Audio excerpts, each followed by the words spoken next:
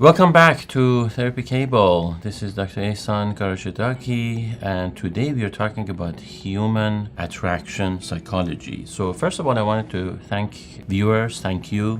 Especially this video is in response to a comment we received from, I believe, the viewer called Shikapanja, if I'm not mistaken, and we have had comments back and forth, so thank you very much for your comments. I really highly appreciate it. And in fact, I want to ask viewers to share more of your stories. If you're going through anything that is related to the topic we discuss, we'd love to engage with you and build this community around open conversation about psychology, mental health, what people go through, and we are here for you. So certainly there are many different forces or factors that lead to people becoming attracted to one another. They can certainly be very much physical in nature, where people just kind of fall in love with a certain presentation. It could be the facial looks, if you will, or body posture, and just kind of the entire presentation of a person. Even their clothing, how they dress, can be quite attractive. A person's hairdo, like I mentioned earlier, certain facial features, even skin color, if you will. And beyond that, it goes into further visual, verbal, non-verbal characteristics, including tone of a voice of a person. The way they speak, even their vocabulary or their depth of knowledge of the language, or even multiple languages. If they speak multiple languages, that can add to a little bit of an exotic, if you will, exotic flair to their perception. And certainly all these more or less, I would say, conscious elements are part of the level of attraction or forces of attraction that most people relate to. If you brought up this conversation with friends, family, etc., everybody would be able to relate to that. And at times, however, what happens is that this, again, as I mentioned, I label them as conscious elements, take precedence over the subconscious or unconscious factors or forces that are present. So people at times just focus only on these conscious elements. So they truly believe that they are falling in love with this other person based on these known characteristics. What I would like to introduce is that beyond these conscious, known, familiar, kind of common characteristics that people are certainly aware of, there are also quite a few subconscious or unconscious, unknown forces and elements that actually are much more ingrained. They are a lot more stronger in terms of the value of seduction that these factors have between people, to a point that a person may find themselves kind of dumbfounded in terms of if they are even in a relationship that doesn't work and still cannot get away from their partner. And that's what I mean by dumbfounded, meaning that at times people find themselves in these particular situations where they start believing that they are better off without their partner, that they should separate, that they actually don't get along, and yet cannot take that step. They cannot separate. And if you ask them how come, why is it that they can't just take that final step, it really goes back to that level of very subconscious inner connection, almost like a glue that they cannot overcome. It binds these two people together, and it really has to do with a certain level of attraction and seduction, meaning that they haven't necessarily lost their love and attraction and desire for one another. They have more or less come to a conscious and logical decision that somehow they're different, somehow they're incompatible, and somehow they are better off living separate lives. So this is particularly of high interest to me because this is one of the most complex if you will, formula or situations or problems to overcome. Rest of the situations where people base their attraction and know the roots of attraction, hinges in more of, let's say, again, as I mentioned, conscious presentation factors, such as the looks of a person, their tone of voice, their hairdo, if you will, the way they dress themselves, the languages they speak, and beyond that, also a lot of times level of education is important. Certainly, socioeconomic status is important. What usually we call beauty, certainly those are important factors. But people can get over those. People can kind of come to a logical conclusion that I'm done with, appreciating that beauty. And in fact, those factors fall on a spectrum where you have multiple contenders. Many people are beautiful. Many people are handsome. Many people are rich. Many people are resourceful. Many people dress well. Many people speak lots of different languages. Many people have very beautiful sounding tone of voice. So you have lots of competitors and contenders to put up with. Therefore, you can. It's much easier to move away from one partner to another, to find another one where the proverbial, the lawn is greener, and it's easier to move on. There is no stuckness in that formula where people would say, well, no, I can't get over the beauty of this person or their accent or their level of money that they have. Because, as I mentioned, we are living in a world where there are 7 billion people or more.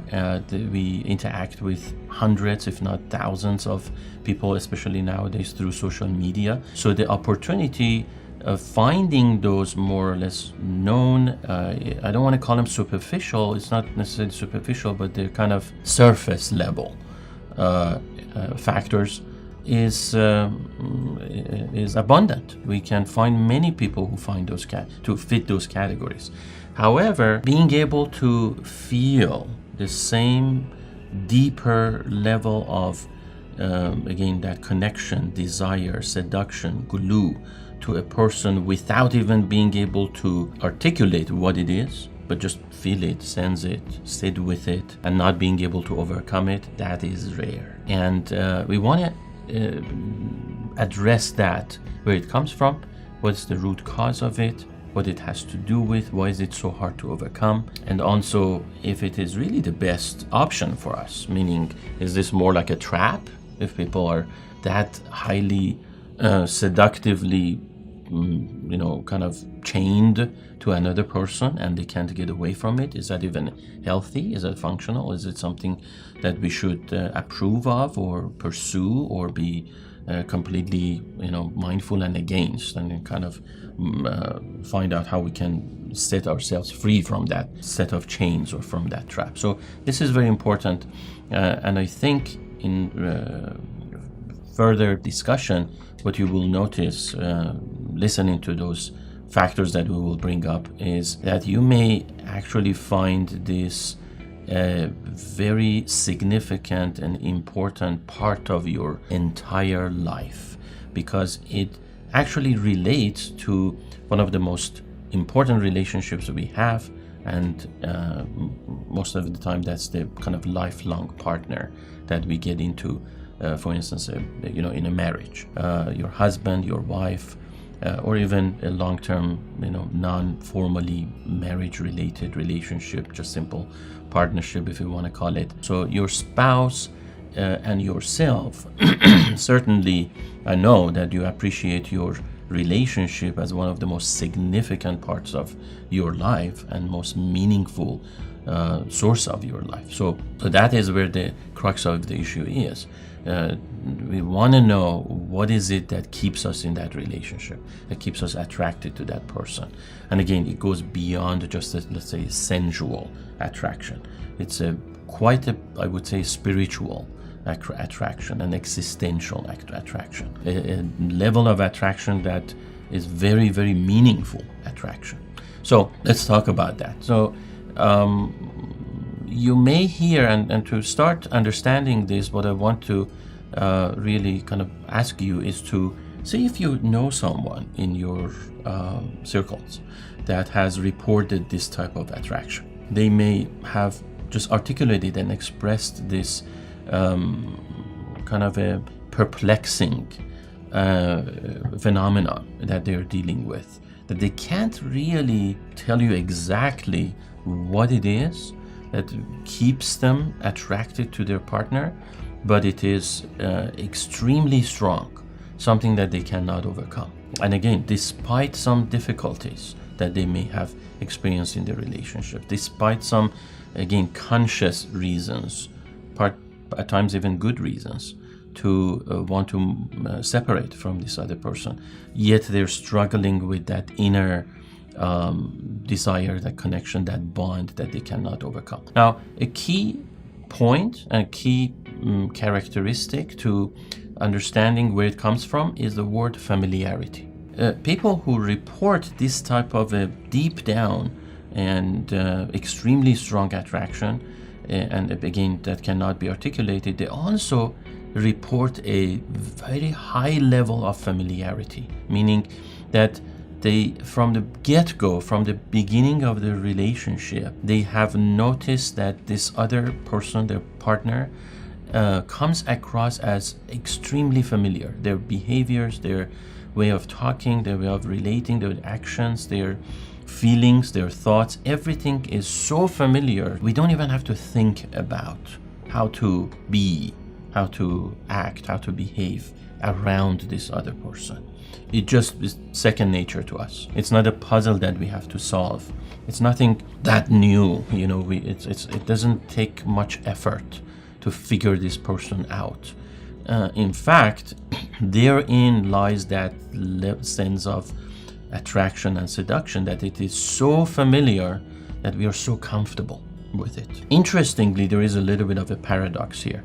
What I mean by this report of familiarity and comfort does not automatically translate to happiness and being content and being excited. At times, even this level of comfort and familiarity is combined with pain. To give you an example, we have had, and again, this is something that comes out of many years of research from couples therapy that I have engaged in, but it goes even beyond the years that I have done couples therapy. This is something that have been passed down to me from my trainers and teachers. So there is at least 50 years of empirical research that goes into this field to teach us where the root causes of this level of attraction come from. From those examples, what I would like to bring up to exemplify that difference between, let's say, level of attraction and familiarity and comfort that is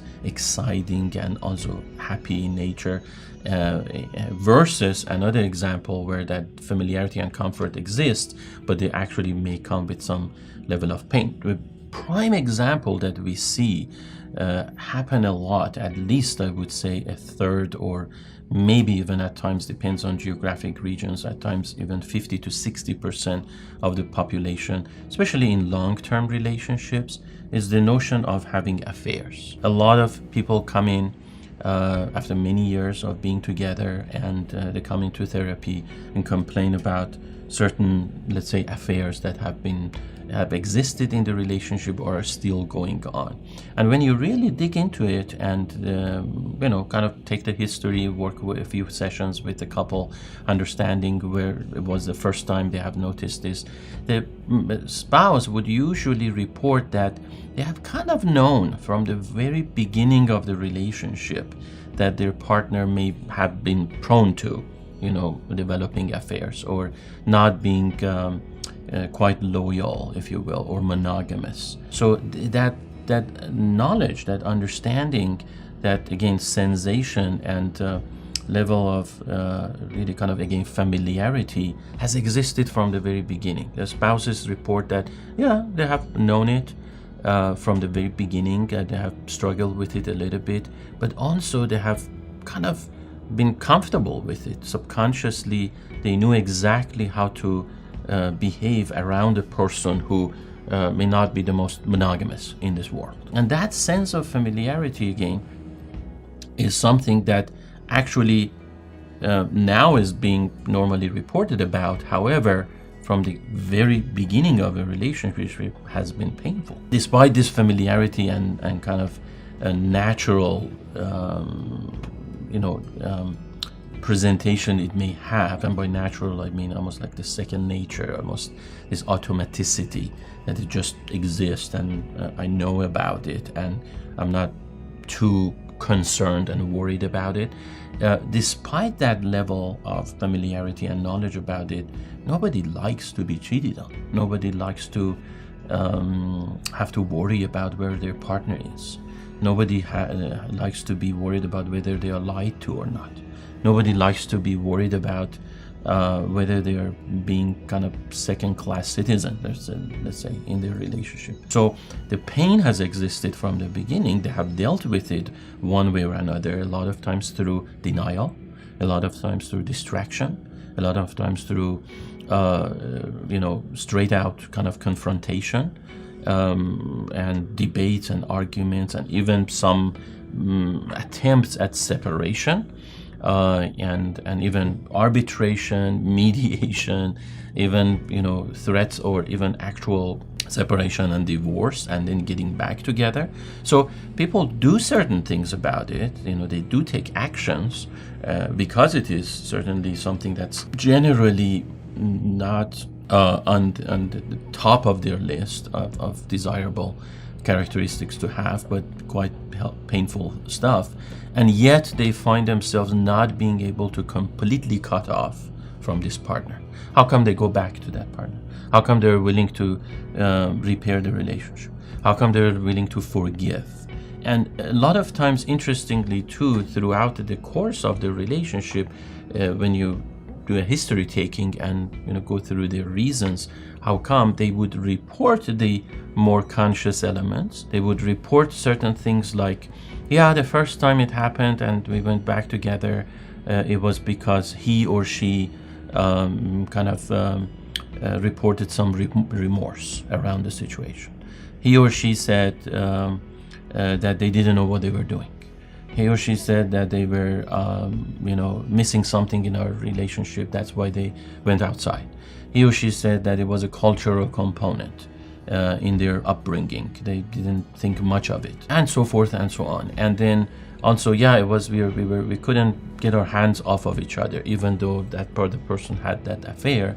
This other person wasn't as, let's say, physically attractive, or again, they go back to their list of original conscious reasons why they got in together. However, over time, you would notice that those primary conscious reasons actually lose their value.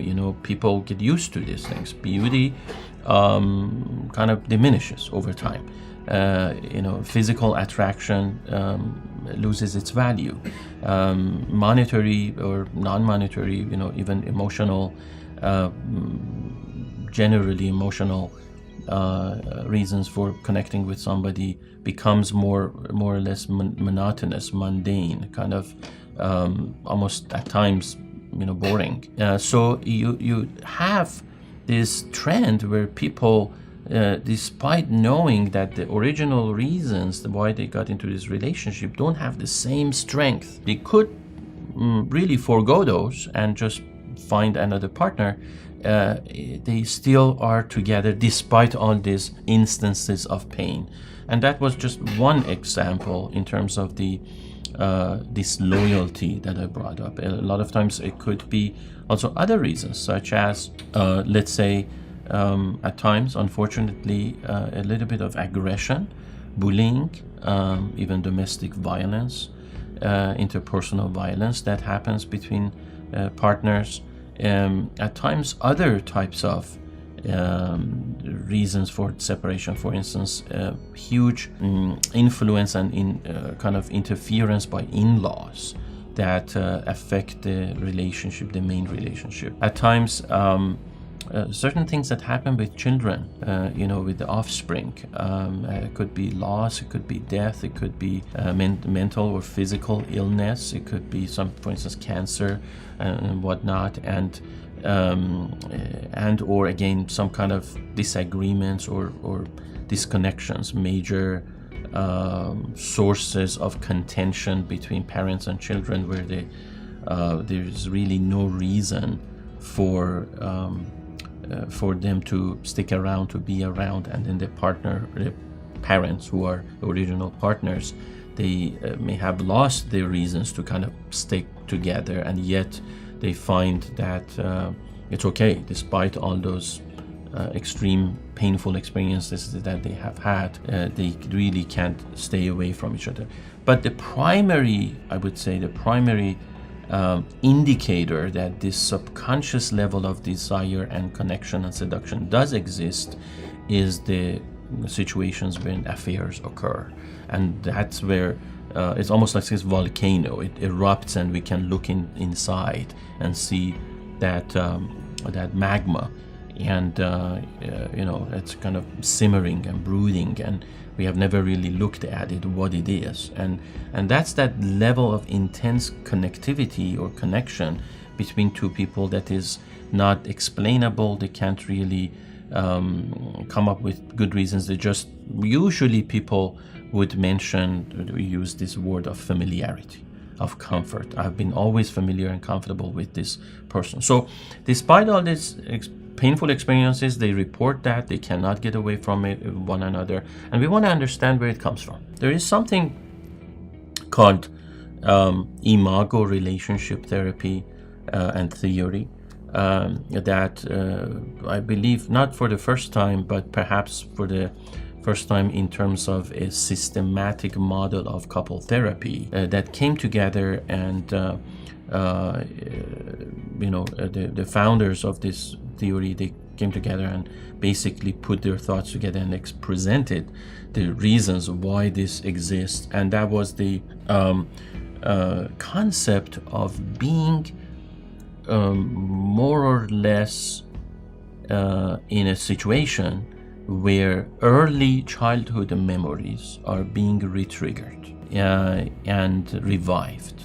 So they were tracing the root cause of this high seduction between two grown-ups, adults, to this immense influence of their childhood memories. And so again, through lots of research, this kind of linkage was established, where even though people generally initially are not able to articulate where this familiarity comes from, but through methodical kind of unlayering, uncovering of all these conscious, subconscious, unconscious levels of experience, ultimately these researchers got to the core issue of it, which, by the way, as I mentioned, wasn't the first time this was discussed.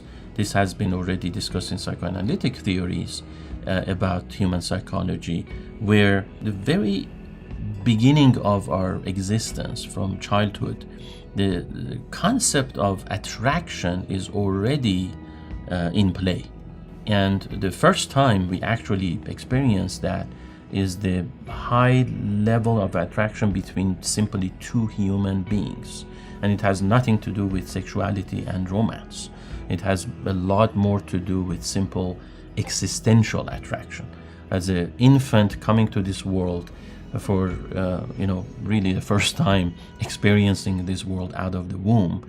So their opportunity of experiencing this growth at a very cellular, neuronal level, and developing consciousness and connecting and relating to another human being who is taking care of them, that being the parent figure, whether it is the mother or the father or both. And that experience of being taken care of, being attended to, being the center of attention, being completely enveloped by a powerful adult who is surrounding the baby with so much love and appreciation, admiration and reward, literally is programmed gradually into the cellular neuronal structure of this human being, this infant growing up. That's where they actually learn the very first notions of being attractive, being desirable, being wanted. So there's that reciprocity between the infant and the parent that gradually kind of plants the seed for this very much ground level desire of wanting to exist, wanting to be connected, wanting to be in a exchange, in a reciprocal exchange with another human being. And then it gradually even develops further and also expands by the infant becoming more of a child, of a toddler, of a young teenager, older teenager, young adult, who then gradually takes this experience into multiple relationships, first also with siblings, and then with peers, and then with then if you add puberty and sense of self-identity and self-esteem and confidence to it, especially through later teenage years, early adulthood, that's when everything comes together, and suddenly a person finds themselves at a, I would say, culmination in terms of where all these billions, if you will, of experiences, of interactions with other people, combined with hormonal impact, with again kind of a role clarification in terms of what a romantic partner needs to look like, needs to sound like, needs to feel like, then ultimately culminates into this more formal establishment. Okay, now me and my partner, we are a romantic couple who at very conscious, subconscious levels feel all kinds of more or less the same but a lot more complex levels of reciprocal sensation around being wanted, being admired, being rewarded, being attended to, and then certainly it's formalized into more of what we call, and then we put labels on it. I like this person because of the, the color of their skin, or the tone of their voice, and this and that, because that's the only thing really that comes to our mind. However, at the very subconscious level, what we have done, and that is what IMAGO relationship as well as some psychoanalytic theories allude to, is that what we have done, we have actually found and chosen someone who is quite almost a replica of the same characteristics that we have seen in our significant caretakers. Now, it could be a parent, it could be a sibling, it could be another role model that we grew up with, it could be kind of an older uncle, aunt, cousin.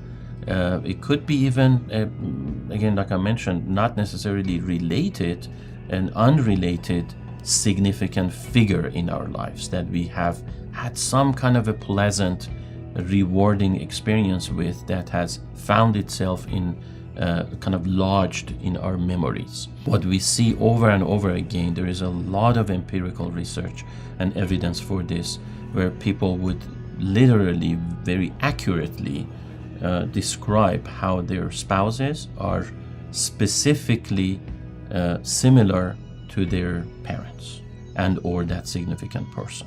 To give you an example, a person may report that, yes, my husband is as assertive and aggressive and like a go-getter, just like the way I knew my mom. So they report that, and they can very specifically link those. And I just gave one example of, let's say, being assertive. Another would be on the flip side of positive versus negative. It could be a negative character, such as someone who is completely unavailable. They would after doing some therapy and kind of digging deeper into understanding their level of attraction, they would say, yeah, my partner is completely unavailable, and it just reminds me exactly how my so-and-so was. And then you insert that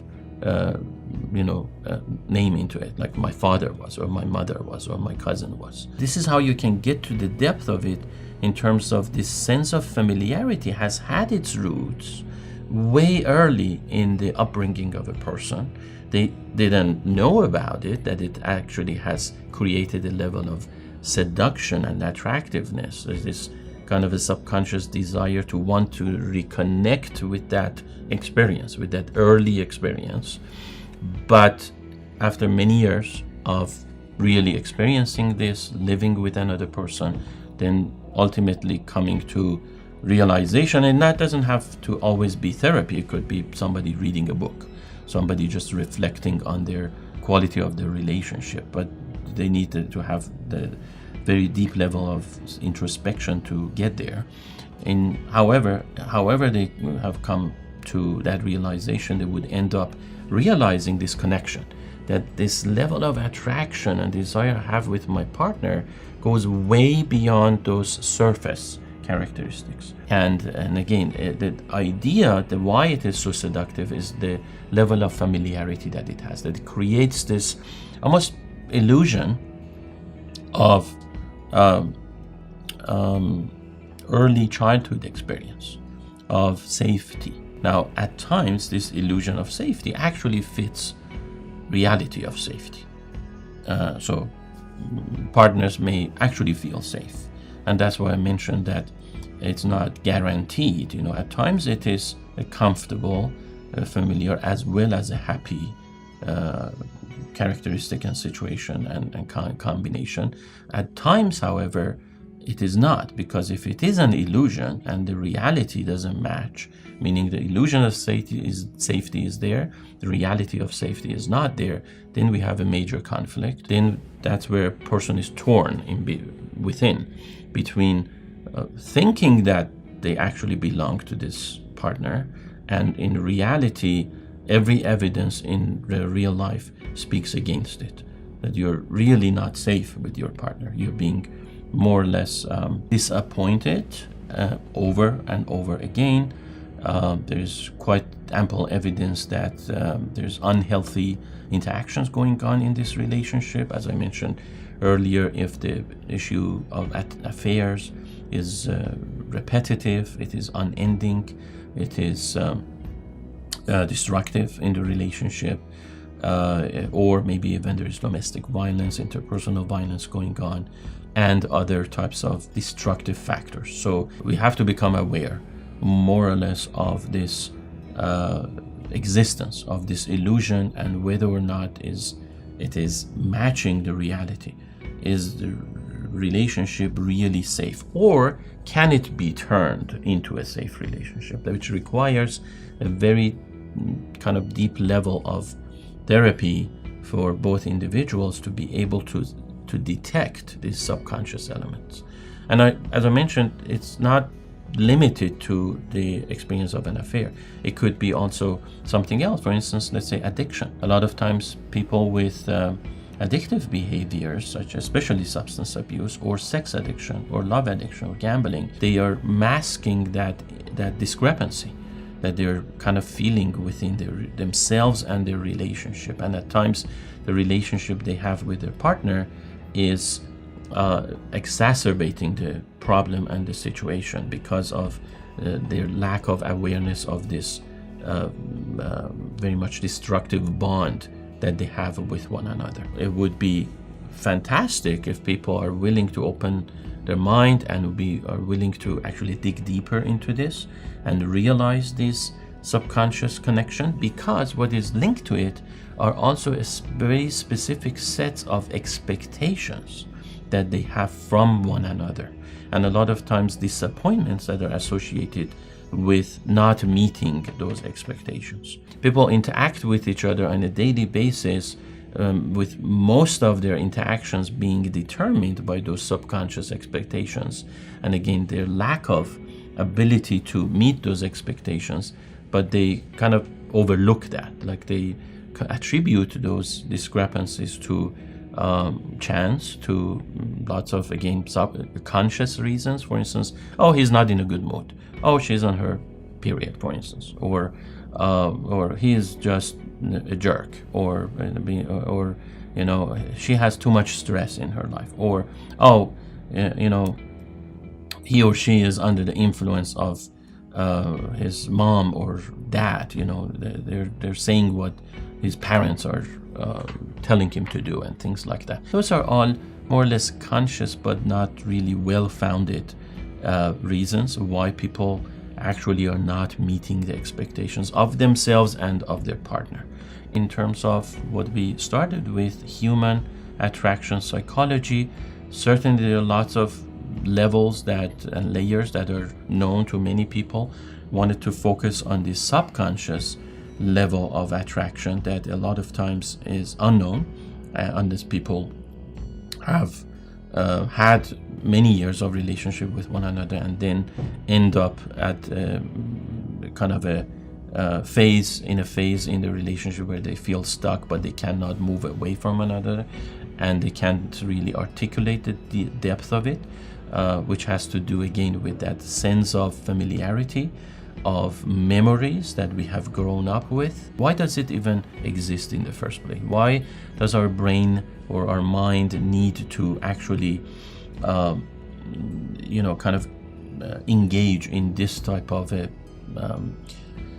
interaction with other individuals? Where is there need to be so connected with our memories, if you will, or reliving that type of a childhood experience of safety? And part of it goes to certainly just kind of a natural inclination to want to always have felt safe, and this is more or less a continuation of that. And a sense of familiarity is very natural to us to just want to continue what has always been there for us rather than seeking something new. But also beyond that, at times, especially in those situations that there is a discrepancy, there is a part of our mind that actually wants to rewrite, reprogram the bad parts, the negative, the painful parts of the early memories.